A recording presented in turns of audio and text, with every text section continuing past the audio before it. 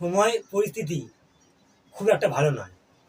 রাজনৈতিক পালাবদল হয়েছে ঠিক কথা, কিন্তু এখনো পর্যন্ত চাকরির কোনো নোটিশ, কোনো পরীক্ষার খবর আসেনি। তো এই অবস্থায় সমস্ত শিক্ষার্থীরা খুব দ্বিধা বিভক্ত। তারা খুবই চিন্তায় রয়েছে যে কী সিদ্ধান্তে নেওয়া যায়, কিভাবে তাদের জীবিকা, জীবন এবং পরিবারকে বাঁচাতে পারে। এই সময় সিদ্ধান্ত নেওয়া খুব জটিল এবং কঠিন একটা বিষয়। কোন পথে এগোলে চাকরিটা সহজেই পাওয়া যায়, কোন পথে এগোলে সফলতা একটু আগে আসে, এই নিয়েই একটা সমস্যায় সমস্ত শিক্ষার্থীরাই রয়েছে। তো যদি এই বিষয়টা নিয়েই আলোচনা আজ হবে, এবং এই বিষয় বলতে আজকের আলোচ্য বিষয় ইউজিসি নেট সেট এবং বিএড কোন পথে পা রাখলে সাফল্য একটু আগে আসতে পারে, কোন পথটা কেমন, নেট সেট সুবিধাজনক নাকি বিএড ডিএলএড বা বিএডটাই সুবিধাজনক, কোনটা চাকরি পাওয়ার ক্ষেত্রে সুবিধাকারী, সেইটাই এই ভিডিওতে আজকে বলব। যে কথা বলতে হয়, চ্যানেলটিকে সাবস্ক্রাইব করুন, অবশ্যই করবেন।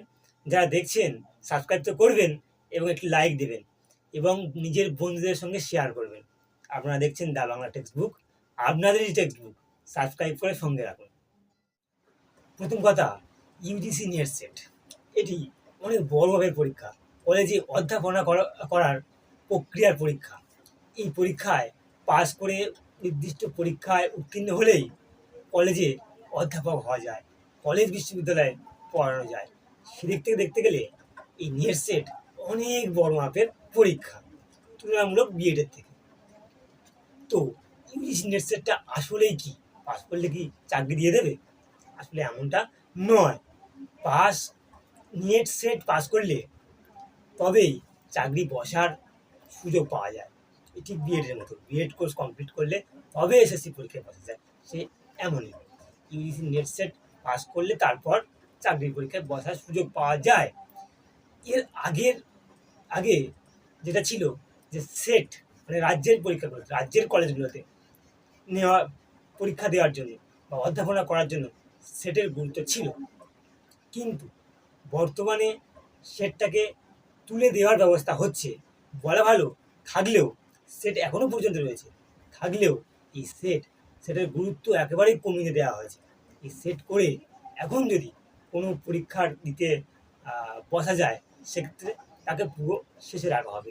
সেটের গুরুত্ব প্রায় নেই। কেন নেই? আর নেটের গুরুত্ব বা নেটের ধরন বদলে গেছে। এক্ষেত্রে শুধু নেট পেলেও এখন রিস্ক, তার সঙ্গে দরকার জেআরএফ। এই জেআরএফ পেলে আরও একটা সুবিধা হচ্ছে বিশেষ ফেলোশিপের ব্যবস্থা থাকে, যেখানে অনেকগুলো টাকা পাওয়া যায়। এইটা একটা বড় সুবিধা। এই নেট এবং জেআরএফের একটা বড় সুবিধা হচ্ছে ফেলোশিপ পাওয়া, একসাথে অনেকগুলো টাকা পাওয়া যায়। এই টাকা নিয়ে পরবর্তীকালে অন্য কোনো কোর্স করা যায়, 5টা বছর আরও কি কাজ করা যায় সেই নিয়ে ভাবা যায়। কিন্তু 5 বছর পরে কি হবে, এটা একটা বড় দ্বিধা বিভক্ত ব্যাপার। ধরুন 5 বছর নেট পাস করলেন, জিআরএফ পেলেন এবং গবেষণার ক্ষেত্রে 5 বছর সময় দিলেন, বা গবেষণা না করেও 5 বছর সময় দিলেন এবং ফেলোশিপ চাকরির মতো একটা টাকা নির্দিষ্ট সময় পাচ্ছেন। কিন্তু এই 5 বছর পরে কি করতে হবে? 5 বছর পরে আবার চাকরি খুঁজতে হবে, আবার কাজ করতে হবে, কিন্তু মহা মুশকিল। এই নেট পাস করা, জেআরএফ পাওয়া বা পিএইচডি করা, তারপরে যদি সুনির্দিষ্ট একটা চাকরি জোগাড় না হয়, তাহলে কিন্তু জীবন ধারণের পক্ষে খুবই কষ্টকর।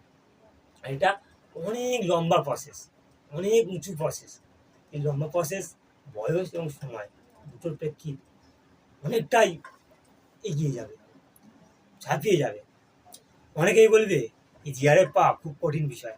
অবশ্যই কঠিন বিষয়, কিন্তু প্রত্যেক বছরে 2বার নেট সেট পরীক্ষা হয়। প্রত্যেক বছর প্রত্যেকটা সাবজেক্টে জিআরএফ পাচ্ছে, তারা ফেলোশিপ পাচ্ছে প্রত্যেক বছরই। কঠিন তো অবশ্যই, কিন্তু লোকে পাচ্ছে, ছেলেরা পাচ্ছে। আর কষ্ট তো করতেই হবে। এই শিক্ষা ব্যবস্থা এমন একটা ব্যাপার, ছাত্র হলেই তাকে পরিশ্রম করতে হবে। পরিশ্রম ছাড়া সাফল্যের আর কোনো পথ নেই। কিন্তু একটা বিষয় মনে রাখতে হবে, নেট পাস, সেট পাস মানে চাকরি নয়। কিন্তু নেট সেট পাস করে করা চাকরির সঙ্গে সম্পর্ক সমান দূরত্ব থাকে। যেমন বিএড করে বসে থাকা, নেট সেট পাস করে মানুষ বসে থাকে। এইটাই হচ্ছে ব্যাপার। দুটোই পরিশ্রম সাধ্য, দুটোতেই খুব পরিশ্রম করতে হয়, পরিশ্রম ছাড়া সাফল্য পাওয়া যায় না। এখন প্রশ্ন হচ্ছে এই দুটো বিএড করতে করতে কি নেট সেট পড়া যায়, বা নেট সেটে নিয়ে ভাবতে ভাবতে কি বিএড করা যায়? ওরা তো অবশ্যই যায়, কিন্তু বিএড এবং নেট সেট দুটো প্রসেস সম্পূর্ণ আলাদা, দুটো পথ সম্পূর্ণ আলাদা। দুটো পথের দুটো পথে এগোতে গেলে দুদিকেই মনোনিবেশ করতে হবে, আর দুটো সিলেবাস আলাদা। সেক্ষেত্রে খুব সমস্যায় পড়তে হয় এবং অধিক পরিশ্রম করতে হয়। এবং বিএড করতে গেলে এতটাই পরিশ্রম, খাতাপত্র তৈরি করতে হয়, হিন্দি লিখতে হয়, বিভিন্ন চার্ট মডেল, সমস্ত সময়টাই কিন্তু এইসবের বিষয়বস্তুর মধ্যে দিয়ে দিতে হয়।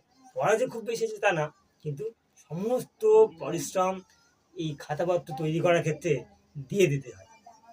সেক্ষেত্রে আলাদা করে নেট সেট পড়াটা সত্যিই ভয়াবহ পরিশ্রমের ব্যাপার, ভয়াবহ খাটুনির ব্যাপার। এমনি এগুলো তৈরি করতেই সারাদিন সারা রাত কেটে যায়। কতটা পরিশ্রম করতে হয় একমাত্র যারা বিএড করেছে তারাই বুঝতে পারবে। তারপরে এই সঙ্গে সঙ্গে আবার যদি নেট সেটের পড়া করতে হয়, সে ভয়ানক পরিশ্রম করাটা অত্যন্ত কষ্টকর। তবে যারা পরিশ্রম করতে পারবে, যারা মনে করে যে দুটো সামনে নিতে পারবো, তারা অবশ্যই পারবে, দুটো উত্তীর্ণ হতেই পারে, না হওয়ার কোনো ব্যাপারই নেই। যারা পরিশ্রমী তারা পারবে, পরিশ্রম সফলতা এনে দেবে। আর বিএড সে তো স্কুলে চাকরি করার জন্য, 9, 10, 11, 12, 8 এইসব ক্লাসগুলো পড়ানোর জন্য বিএড। এখানেও কিন্তু বিএড করলেই চাকরি এটা বলা যাবে না। বিএড করে তার জন্য নির্দিষ্ট পরীক্ষা রয়েছে, এসএসসি, আপার প্রাইমারি, এই পরীক্ষাগুলোতে উত্তীর্ণ হয়ে ইন্টারভিউ দিয়ে তবেই একটা চাকরি পাওয়া যায়। সেদিক থেকে বলতে গেলে দুটোই খুব পরিশ্রম সাধ্য ব্যাপার এবং ধৈর্যের ব্যাপার। নেট সেট বড্ড বেশি ধৈর্যের ব্যাপার, অনেকটা উঁচু যেতে হয়, বয়স এবং সময় দুটোই যায়। সেদিক থেকে দেখতে গেলে যদি নির্দিষ্ট সময় পরীক্ষা হয়, যদি বছরের পর বছর এসএসসি পরীক্ষা হয়, তাহলে বিএড করে চাকরির সুবিধা বেশি রয়েছে। কিন্তু দুর্ভাগ্যবশত আমরা এমন একটা পরিস্থিতিতে, এমন একটা সমাজে বা সময়ে বাস করছি, যেখানে পরীক্ষা কিন্তু নির্দিষ্ট সময় হচ্ছে না, নির্দিষ্ট সময় পরীক্ষায় বসতে পারছে না। ছাত্ররা একবারও পরীক্ষায় না বসে তাদের বয়স প্রায় চলে যাচ্ছে। এই সিচুয়েশনে দুটোই খুব ভয়াবহ ব্যাপার। শিক্ষা ব্যবস্থাটা একটা ভয়াবহ ব্যাপারের মধ্যে পৌঁছে গেছে, যেখানে নির্দিষ্ট করে বলা যায় না যে এটা তুই সাফল্য পাবে, সেটা সম্ভব নয়। এই ভয় নিয়ে আমরা বাঁচছি, যারা পড়াশোনা করছে তারা বাঁচছে, এবং শিক্ষকরাও নানা রকম সংকটের মধ্যে রয়েছে। কী করে তাদের পরিবার পরিজন, আমাদের পরিবার পরিজন নিয়ে সুস্থ সমাজে সুস্থভাবে মৌলিক চাহিদাগুলি পূরণ করব, তাই নিয়েই সত্যি বলতে বিভিন্ন মানসিক সংকট চলে আসে আমাদের। তো এই মুহূর্তে আমি নির্দিষ্ট করে বলতে পারি না যে এইটা করলেই চাকরি পাওয়া যাবে, সেটা আমি কখনোই বলবো না, কারণ এটা ঠিক নয় বলা।